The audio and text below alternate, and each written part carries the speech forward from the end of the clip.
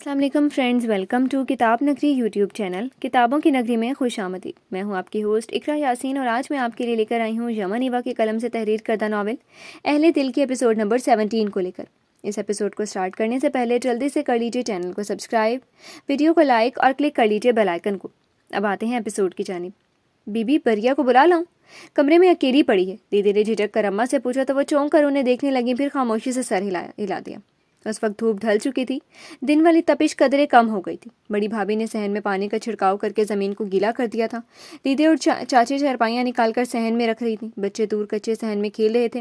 گیلی مٹی کی خوشبو صحن میں پھیلی ہوئی تھی اور پنکھوں کی ہوا بھی ٹھنڈی محسوس ہو رہی تھی۔ اماں آج دن کے وقت ہوئے جھگڑے پر ابھی تک گمسم سی بیٹھی تھیں۔ بریا کی باتیں دماغ میں ہتھوڑے کی مانند گونج رہی تھیں۔ وہ تنگ نظر یا ظالم فطرت نہ تھی، مگر ہاں پرانی سوچ کی تھی۔ شرافت اور عزت ان کو بھی پیاری تھی۔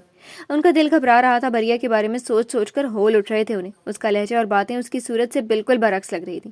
شاہد کچھ وقت پہلے ہی شہر کے لیے گھر سے نکلا تھا اور جاتے ہوئے کہہ گیا تھا کہ بھابھی سے کہہ دیں بریا کے بارے میں ایسی باتیں دوبارہ کسی سے نہ کہیں۔ جب انہوں نے پوچھا کہ شہر بانوں کی باتیں سچ تھی یا نہیں تو وہ چپ سا ہو گیا تھا۔ وہ سب سچ تھا اور شاہد جانتا تھا۔ اماں چپ ہو گئی، مگر اب شاہد کا شادی میں سر درد اور بیماری کا بہانہ سمجھ میں آ رہا تھا۔ سامنے دیدا کے ساتھ بریا آ رہی تھی، اسے دیکھ کر اماں نے چہرے پر مسکراہٹ سجا لی۔ بریا جھجک کر ان کی چارپائی کے پاس پڑی ایک چارپائی پر سر جھکا کر بیٹھ گئی۔ اماں نے بغور اسے دیکھا۔ نہایت معصوم سی صورت اور بچے جیسے شفاف آنکھیں تھیں۔ ان کا دل ماننے کو تیار نہ ہوا کہ یہ لڑکی ایسی ویسی ہو سکتی تھی۔ اماں رات کے لیے دیسی مرغی کا سالن بنا لوں؟ چھوٹی بھابھی نے وہاں آ کر اماں سے سوال کیا۔ انہیں شاید اماں پہلے ہی سمجھا چکی تھی، اس لیے بریا کو نظر انداز کیے رہی تھی۔ اماں نے بریا سے نظر ہٹائی اور اس بات میں سر ہلا دیا۔ دیدی اماں کی گمسم کیفیت پر فکر مند ہو رہی تھی۔ ہنا اسی وقت نہائی دھوئی فریش سی آئی اور اماں کے پاس پنکھے کے آگے بیٹھ گئی۔ سوری، میں سو گئی تھی، ابھی اٹھی ہوں، بہت گرمی ہے، میری طبیعت خراب ہو گئی تھی۔ ہنا اپنا مسئلہ اماں کو ایسے بتا رہی تھی جسے ماں کو بتایا جاتا ہے۔ اس نے چند دنوں میں سب سے دوستی کری تھی۔ اماں نے فکر سے اس کا چہرہ دیکھا۔ پریشان نہ ہو بیٹی، جری کولر لینے گیا ہوا ہے، عادت نہیں ہے نا تیری، اماں نے پیار سے کہتے ہوئے اس کا ماتھا چوم کر تسلی دی۔ اپنے آخری جملے پر وہ خود چونک کر بریا کو دیکھنے لگی۔ وہ بھی تو آدھی نہیں ہوگی، مگر کہتی کچھ نہیں تھی۔ وہ نظریں جھکائے چپل کی نوک سے زمین پر ڈیزائن بنا رہی تھی۔ شاید اسے گرمی سردی کا احساس نہیں ہوتا تھا۔ شاید جب سے لوگوں کی کڑوی باتیں سنی تھی اس پر موثر اثر کرنا چھوڑ گیا تھا۔ جی شاید جرار کہہ رہے تھے شہیر بھائی کے روم میں بھی لگوائیں گے۔ بریا کو دیکھیں، اس کے گال کتنے سرخ ہو رہے ہیں گرمی سے۔ ہنا نے بتاتے ہوئے بریا کو دیکھا۔ اسے وہ چھوٹی سی گڑیا جیسی لگتی تھی۔ فطری سی بات تھی، اس کے بہن بھائی نہ تھے تو اسے بریا چھوٹی بہن کی طرح پیاری لگتی تھی، حالانکہ وہ ہنا سے زیادہ فری نہیں ہوئی تھی۔ مجھے گرمی نہیں لگتی۔ بریا نے سر اٹھا کر ہنا کو دیکھا، جس کی رنگت میں گلابی پن گھلا ہوا تھا اور چہرہ اتنی ہی دیر میں پسینے سے نم ہو رہا تھا۔ وہ جیسا محسوس کرتی تھی بول دیتی تھی۔ کتنی خوش قسمت لڑکی تھی، بریا حسرت سے اسے دیکھے گئی۔ تمہاری شکل بتا رہی ہے اس وقت تپش سے تمہارے گال نہ کسی ناراض بچے کی طرح سرخ ہو رہے ہیں۔ ویسے تم ہو بھی چھوٹی سی گڑیا، ایک غصے والی ناراض گڑیا، ایسا لگتا ہے تم سب سے ناراض رہتی ہو۔ ہنا شرارت سے اسے دیکھ کر بول رہی تھی اور بریا ہنس بھی نہیں پائی۔ اسے یاد آ رہا تھا شاہین نے جانے سے پہلے کہا تھا اب زبان سنبھال کر بات کیا کرنا اور کوشش کرنا کہ کم بولو، ورنہ تم نے اپنی اور میری انسلٹ ہی کروانی ہوتی ہے۔ ہاں وہ تلخ بولتی تھی، وہ بدتمیز بھی تھی۔ وہ نصیحت کرنے کی بجائے پوچھ بھی تو سکتا تھا کہ وہ ایسی کیوں ہے۔ پوچھ کر دیکھ لیتا تو وہ شاید بتا دیتی کہ اس نے کیسی زندگی گزاری، کیوں ایسی ہوئی۔ کیا ہوا بریا، کیا تم ٹھیک ہو؟ ہنا نے اس کی غائب دماغی محسوس کر کے سوال کیا۔ اماں اس کی آنکھوں کا خالی پن محسوس کر کے بے چین ہوئی۔ بریا طبیعت نہیں ٹھیک تو آرام کر لے میری بچی، اماں نے نرمی سے مخاطب کیا۔ دل پریشان تھا اس کی باتوں پر، مگر سنگ دلی نہیں دکھا پائی تھی۔ جی میں ٹھیک ہوں، وہ شہید چاہتے ہیں میں اب گھر کے کاموں میں حصہ لیا کروں، میری بھی بیٹھنے کی عادت نہیں، تو مجھے بتا دے کہ کیا کام کروں۔ بریا کی بات پر اماں اور ہنا حیران ہو گئی۔ کچن سے چائے لاتی دیدے بھی اس کی بات پر منہ بنا گئی۔ ہائے شاہے کا دماغ الٹ گیا کیا بی بی، بچی کی بھی ابھی شادی ہوئی ہے اور چھوٹی بھی تو ہے، اب یہ کام کرے گی؟ دیدے نے چائے سامنے کر کے اماں سے کہا۔ وہ نفی میں سر ہلا گئی۔ بالکل نہیں، شاہے کچھ بھی بولتا ہے، کام کی تنگی پڑی تو اتنا کما رہے ہیں، کوئی رکھ لیں گے جو اوپر کے کام کرے۔ اماں نے محبت بھرے لہجے میں بریا کو تسلی دی، مگر اس کا ضدی دل سب سے ناراض ہو چکا تھا۔ شاہد سمجھا کر گیا تھا کم بات کرے اور اگر بور ہو تو گھر کے کاموں میں حصہ ڈال لیا کرے۔ اس کا سمجھانا اسے دکھی کر گیا تھا۔ دن کا وقت ہوا، تماشا اسے سہما گیا تھا۔ اس نے مان لیا اس کی یہی اوقات ہے۔ وہ خاموشی سے چائے کا کپ اٹھاتی باغی سوچوں میں مبتلا تھی۔ ہنا تو اسے اس کی گرمی میں چائے پیتا دیکھ کر ہی حیران ہو رہی تھی۔ یکٹک اس کی صورت دیکھتی وہ یکدم مسکرا کر بڑبڑائی، ناراض گڑیا۔ جری نے کولر سیٹ کروا دی۔ رات کو وہ وہیں اوپر اپنے کمرے کے آگے برآمدے میں ہی چارپائیاں رکھ کر کولر چلا چکے تھے۔ کولر کی ٹھنڈی ہلکی پھوار والی ہوا محسوس کرتی ہنا بازو پھیلا کر لیٹی ہوئی تھی۔ کل میں بھی شہر واپس جاؤں گا ہنا، اب کوئی پریشانی نہیں ہوگی نا؟ مسکرا کر اسے دیکھتا جری اس کے پاس چارپائی کے کنارے ٹک کر پوچھنے لگا۔ اس کی بات پر جھٹ سے آنکھیں کھول کر وہ اسے دیکھنے لگی۔ کیا میں بھی جا سکتی ہوں آپ کے ساتھ؟ اس کے دل کی خواہش نہ چاہتے ہوئے بھی زبان پر آ گئی تھی۔ کہاں رہو گی؟ چھوٹے سا گھر کا روف ٹاپ رینٹ پر لیا ہوا ہے، شاہد اور میں دونوں وہاں رہتے ہیں۔ وہ نرمی سے بولتا موبائل چیک کرنے لگا۔ ہنا کچھ کہتے کہتے رک گئی۔ وہ جان گئی تھی اگر اپنے گھر کا کہے گی تو ناراض ہو جائے گا۔ اداسی سے جرار کو دیکھنے لگی۔ اداس نہیں ہو، مہینے میں 2 سے 3 چکر لگ جاتے ہیں ہمارے۔ وہ ہنا کی طرف متوجہ ہوتا موبائل ایک سائڈ پر رکھ گیا۔ اس کا ہاتھ تھام کر نرمی سے بولا۔ وہ اٹھ کر اس کے سامنے بیٹھ گئی۔ مجھے کوئی مسئلہ نہیں، مگر آپ کو یاد کروں گی، وہ جھجک کر بول گئی۔ وہی جو سچ تھا، جو وہ محسوس کرتی تھی۔ جیری نے ان چند دنوں میں جیسے اس کی کیئر کی تھی، جیسے شرارتی لہجے میں بولتا، شوخیاں کرتا تھا، وہ عادی ہو گئی تھی۔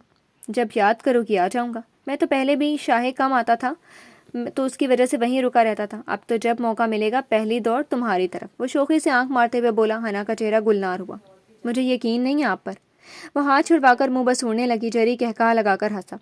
یقین نہیں ہے تو پھر خود سے باندھ لو، کوئی ایسی زنجیر ڈالو جسے جب چاہے کھینچ کر اپنے پاس بلا سکو۔ اس کی کلائی تھام کر اپنی طرف کھینچتا وہ گھمبیر لہجے میں بولا تھا۔ ہنا کی ہتھیلیاں بھیگنے لگیں۔ تو آپ پھر واپس کب آئیں گے؟ وہ بات بدل گئی تھی۔ جری کی جذبوں بھری بھوری آنکھوں میں دیکھنا مشکل ہو رہا تھا۔ وہ نچلا لب دانتوں تلے دباتا شوخی سے مسکرا رہا تھا۔ جانے تو دو، پہلے سے آنے کی بات۔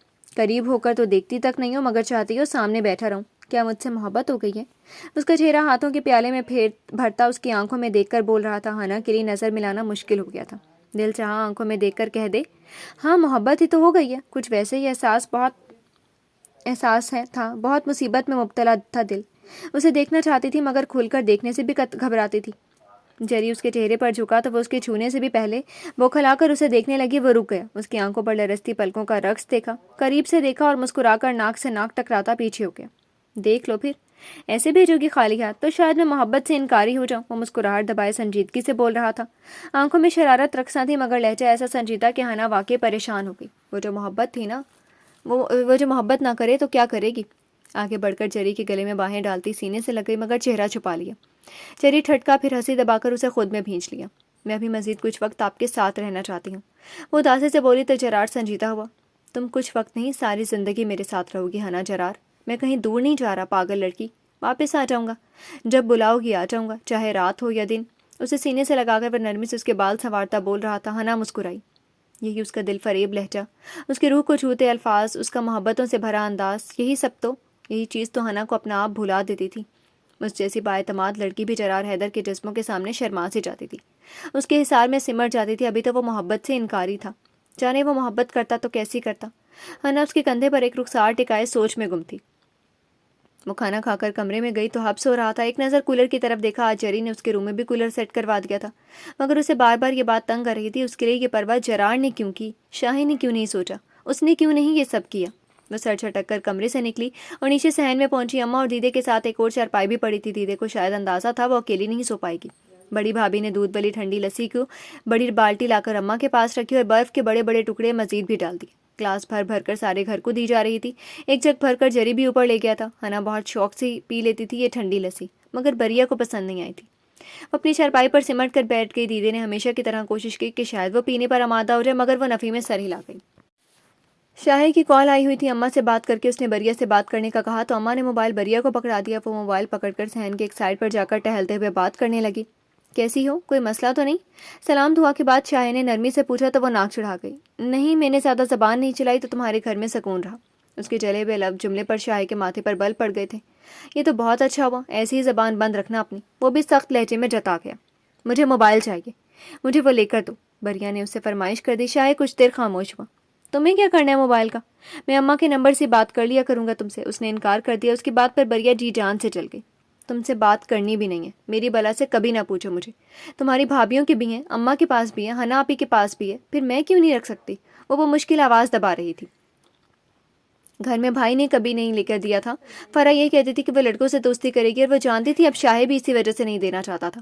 بریا ضد مت کرو، تمہیں میرے علاوہ آخر کس سے بات کرنی ہے؟ مجھ سے نہیں کرنی تو بات ہی ختم۔ شاہد نے بات ختم کر دی۔ وہ اتنی دور سے بحث نہیں کرنا چاہتا تھا، اور بریا نے تو شاید قسم کھائی تھی آرام سے بات نہیں کرے گی۔ میرے گھر والے بھی ہیں، میرا بھائی ہے، اس سے بات کرنا منع ہے کیا؟ وہ دانت کچکچا کر بولی۔ اسے ضد تھی اسے سب کے برابر رکھا جائے، اور اسے یہی لگ رہا تھا اسے سب کے برابر مقام نہیں مل رہا۔ اماں کا نمبر دیا تھا تمہارے بھائی کو، کتنی مرتبہ کال کی اس نے تمہیں؟ تمہاری بھابھی کے پاس بھی ہے نمبر، جب وہ لوگ بات نہیں کرنا چاہتے تو تم کال کر کے کیا بات کرو گی؟ شاہد کی بات نے اس کا تنتنا جھاگ کی طرح بٹھا دیا تھا۔ اسے قدم قدم پر احساس ہو رہا تھا کہ وہ ہر جگہ ان چاہیے، اپنے گھر بھی اور یہاں بھی۔ شاہد اسے پکار رہا تھا، اس نے کال کاٹ دی۔ شاید اس نے دوبارہ بھی کال کی تھی، مگر وہ جا کر موبائل اماں کو پکڑاتی اپنی جگہ پر چادر اوڑھ کر لیٹ گئی۔ ہاں وہ ٹھیک ہی تو کہہ رہا تھا، وہ کس کے لیے موبائل لے؟ اس کا کون تھا ایسا جو اسے کال کرے یا اس کے لیے بےتاب ہو؟ یہی محبت اور چاہ کو ہی تو ترستی آئی تھی وہ بچپن سے ہی، کہ چھوٹی سی عمر میں محلے کے لڑکے نے توجہ دی تو لگا دنیا میں شاید وہی ہے جسے اس کی قدر ہے، جو اس کی اہمیت جانتا ہے۔ پاگل بنایا گیا اور وہ بن گئی۔ غلطی کرنے جا رہی تھی، رک گئی، مگر وہ غلط ہی ٹھہرائی گئی تھی۔ پھر مان لیا دنیا اس کے لیے کبھی باہیں واہ نہیں کرے گی۔ اس نے آنسو تک اپنے اندر اتار لیے۔ شادی کر کے لگا تھا نئی زندگی ہے، نئے سرے سے آغاز کرے گی، مگر یہاں بھی وہ غلط نکلی۔ اس کا ماضی اس کے ساتھ تھا اور اس کی زندگی ویسی ہی تنگ جیسے پہلے تھی۔ کچھ دیر بعد سب کا بولنا بند ہو گیا، لسی پی کر سب اپنی اپنی جگہ پر سو گئے، لائٹس آف کر دی اور پھر سناٹا چھا گیا۔ مگر بریا ساری رات آسمان کو تکتی سو نہیں پائی تھی، اور دوسری جانب شاہد سر پکڑ کر بیٹھا تھا۔ وہ جانتا تھا بریا کمعقل سی لڑکی ہے، وہ جانتا تھا اسے موبائل پکڑا دیا تو شاید پھر سے غلط استعمال کرنے لگے گی۔ وہ سمجھ نہیں پا رہا تھا اسے کیسے ٹھیک کرے۔ اس کا ماضی بھول بھی جاتا تب بھی اس کا گھر سے بھاگنا ایک بڑی حقیقت تھا، اور وہ اتنا ہی ظرف رکھ پا رہا تھا جتنا اس کے لیے کر رہا تھا۔ وہ مزید مہربانیاں کیوں مانگ رہی تھی؟ وہ غلطی کر کے بھی پچھتاوے کا شکار نہیں تھی، وہ اسے کیسے اپنے مطابق ڈھالے؟ وہ ایسے ہی سوچتے سوچتے سو گیا تھا۔ جی تو فرینڈز، کیسی لگی آپ کو آج کی ایپیسوڈ؟ کمنٹ سیکشن میں ضرور بتائیے گا۔ پھر حاضر ہوں گے ناول کی نیو ایپیسوڈ کے ساتھ، تب تک کے لیے اجازت دیجیے۔ شکریہ، اللہ حافظ۔